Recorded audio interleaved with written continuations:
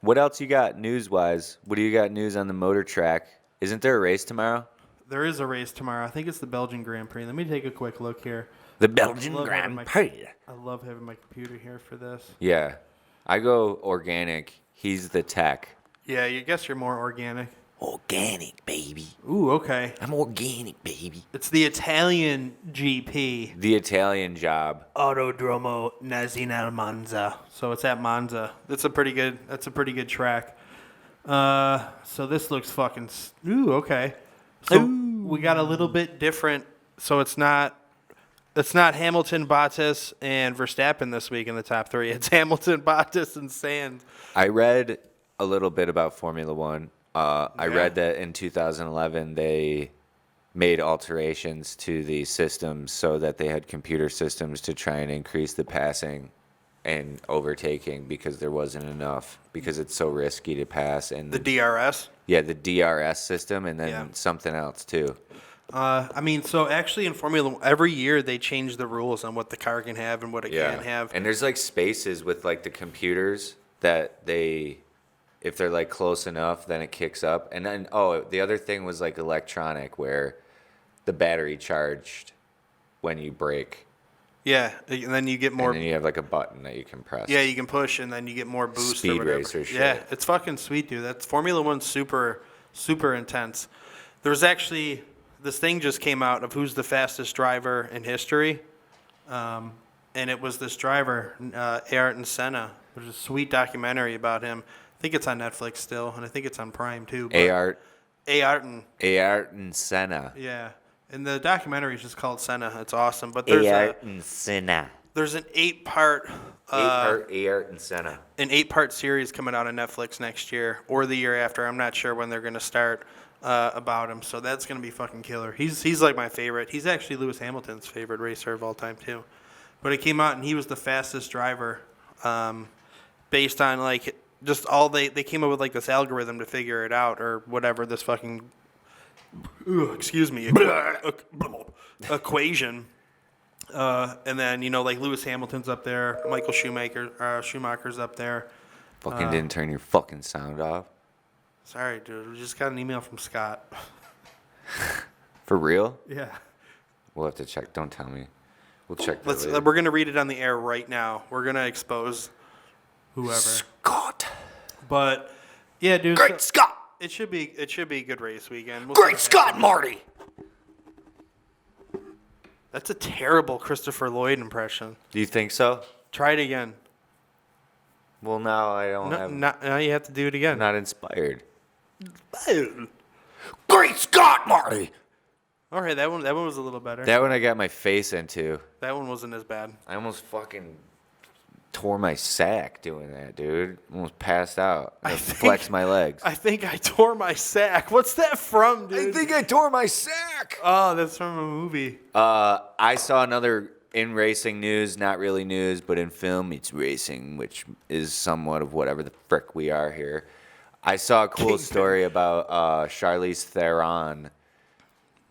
Well, it was a story about Miley Cyrus complaining about sexism at the VMAs, which is like the paint calling the kettle black or whatever that sentence means or whatever. The pot calling the kettle black. Pot calling the painter's cap black, whatever. But in related news, Charlize Theron was mentioned in the story that she also felt like she faced sexism while filming The Italian Job because when she showed up to pre-production, she was faced with 6 hours of additional driving training versus the males in the film. And I found that to be interesting. But then she went a step further, and she was saying that she made it her mission to outdrive the guys, and that during one of the training sessions, Mark Wahlberg threw up from doing too many spins because she had actually gotten more acclimated to driving than he had. Yeah, dude. That's really tense. That shit's like really tense on your neck. The G's you feel in a drift or like in Formula One, they take turns at 200 miles an hour, like turns that would just be impossible for any car to take, but the aerodynamics push them down so far. But they get so many G's, like at the end of like they say when they come back from a season, that first week's like super rough for them with their necks. So like you'll always see them doing these crazy neck exercises. It's pretty crazy. Like Have you ever seen the movie NASCAR? Monster? Yeah, that was good with Christina Ricci. We've talked before. Pause. We've talked before about movies that are a movie that you watch once and it changes you, and you don't watch it again on purpose because you know like that movie is either going to put you into one place or it's just like that good that you want to save it. That's one that's just so good, so grippingly good that you almost like don't want to watch it because you go into that movie so much. Similar to the Florida Project, that one I just watched, where it was just gritty and it was The Florida, that's with the little girl and shit, right? And they live in the hotel. it's all about Willem Dafoe's in it. Willem Dafoe. Yeah, it's a great movie. Yeah. That movie, similar to Monster, in the right ways of showing the wrong sides of life. Those are the best movies. The micro stories of like struggle and triumph in America. That's a good independent movie too. A24 movies are always great. But Monster, great movie, kids. You got to check out Monster if you've never seen it. I do like how she's always doing like licking like, yeah, man, like Yeah. just the way she talks in it. Like you can't believe that's Christina Charlize Ricci Theron. plays like her little girlfriend, kind of like doesn't know what the frig is going on. It's a true story. If you've ever seen that one woman, the actual murderer, she's a real like scary looking lady. And The side by side pick is like it's so close. yeah, and the acting is just incredible. Yeah, she But won. she's she a won for that former movie. like lot lizard, basically. Like she's like a former prosty that gets like assaulted by this guy and ends up killing him, and then she just goes on this like killing spree of Johns, like guys that sport lot lizards. I support lot lizards, but I don't sport them. We had a podcast where you were mentioning lot lizard. I'll support a lot lizard, but I won't ride one. We got a decent amount of like minutes recorded or hours recorded. Yeah. When you like you can sit there and like it would take you like almost a complete day to get through all of our shit. Yeah, you could start with the beginning, or you could pick up live.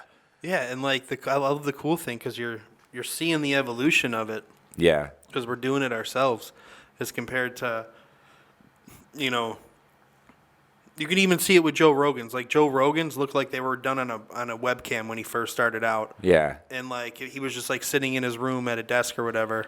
And now like the evolution of his, where he's got a fucking I don't even know. He's in like a tunnel now. It's some Yeah. fucking crazy looking setup. Looks it looks like awesome. a spaceship. Dude, it's insane.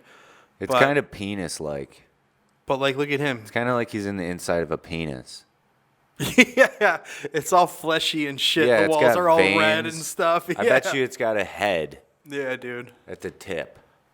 Hopefully he doesn't hear this one. I doubt. I hope he does frickin' hear it. Dude, don't fucking say that. Joe, don't listen to him. Joe, listen to me. Yeah. It's almost fall football season, and I am so excited. 5 days. I've got the asshole Johnny.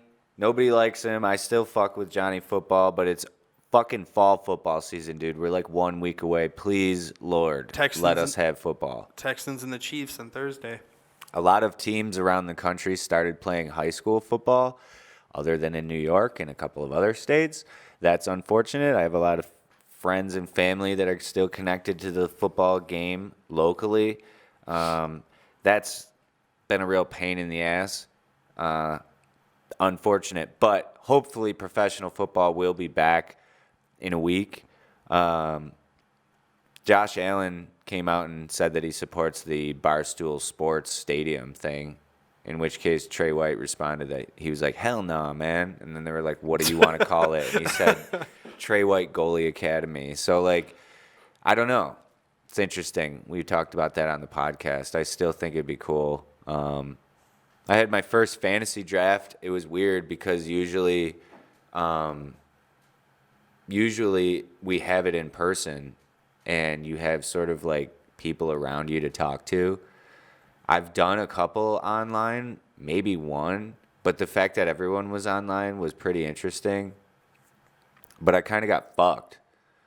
Alvin Kamara, like 2 days running back for the Saints. He's like Yeah. one of my favorite players. He's one of the top 5 This fantasy is running backs. my league that I'm in with a bunch of guys from Olive Garden, old friends that I worked with that I haven't worked there for like 6 to 8 years or so, and I'm still friends with them. But it was online. Usually we get to all hang out, and I ended up getting a pretty good team, but I didn't take Alvin Kamara because the day before it just so happened that he was unhappy and missing practice, and I had the 7th pick, which I almost certainly would have taken him, and I didn't have the balls to take him. I took this rookie, Clyde Edwards-Helaire, who's a rookie from LSU, and he's playing for the Chiefs, so I really have big expectations for him. I also took 3 running backs for my first 3 picks because every year I end up with one running back that gets hurt, and I end up with one running back that, like, sucks. When do you usually take your QB? I used to always take them too early. Now I literally wait. I waited and ended up taking Tom Brady late. The league I did last year, everybody fucking took all the quarterbacks in the first The fucking first round. like 3, yeah, like, like what the the hot fuck? the hot boys, as I like to kind of call them, like the hot boy quarterbacks, like I got Pat, stuck with Lamar. Matthew Stafford. Yeah, you can kind of get by. After the first 3, it's almost like pointless. A lot of tight ends went really early in my first draft. I have another draft tomorrow, and that's my one that's $200 to get in. So I really got to fucking get with it for that one. I took Terry McLaurin, who's plays for the Washington football team. Washington.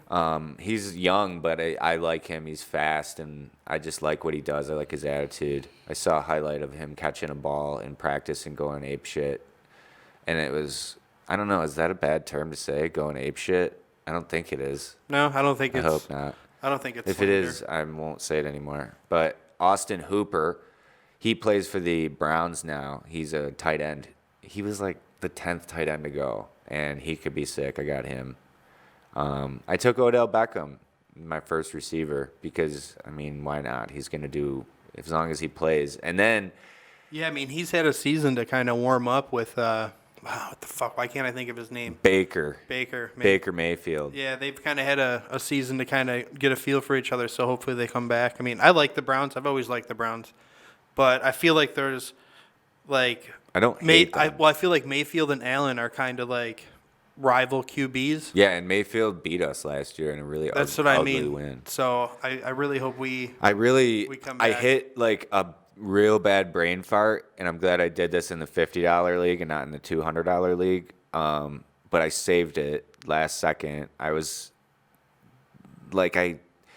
discovering different things on the draft where you could like put somebody in the queue, and I didn't do it like I thought, and I forgot who I meant to put in there, and I'm looking around, and then it's like burp, burp, burp, like 5 seconds, and I just snagged Devontae Parker. He plays for the Dolphins. He's a receiver. I just always like him. He's just consistent. I took J.K. Dobbins, who's another rookie who's going to be playing with Lamar Jackson in Baltimore, who I think is going to have a tear-up year.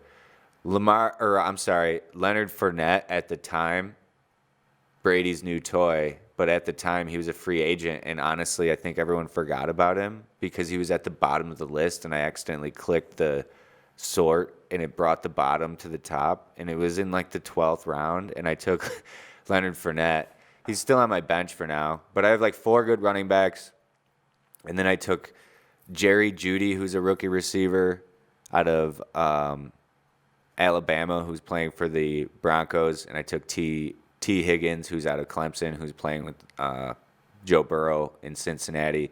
And then I got the old man Ben Roethlisberger, who I was laughing about because everyone's saying he looks really skinny, and I guarantee he probably quit boozing.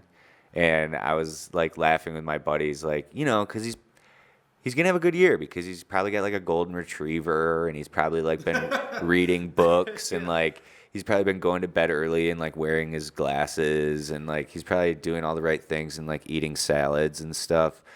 So I don't know. I like my team though, And then I got my other draft tomorrow, but I give myself like a A-. I was pretty happy with my team.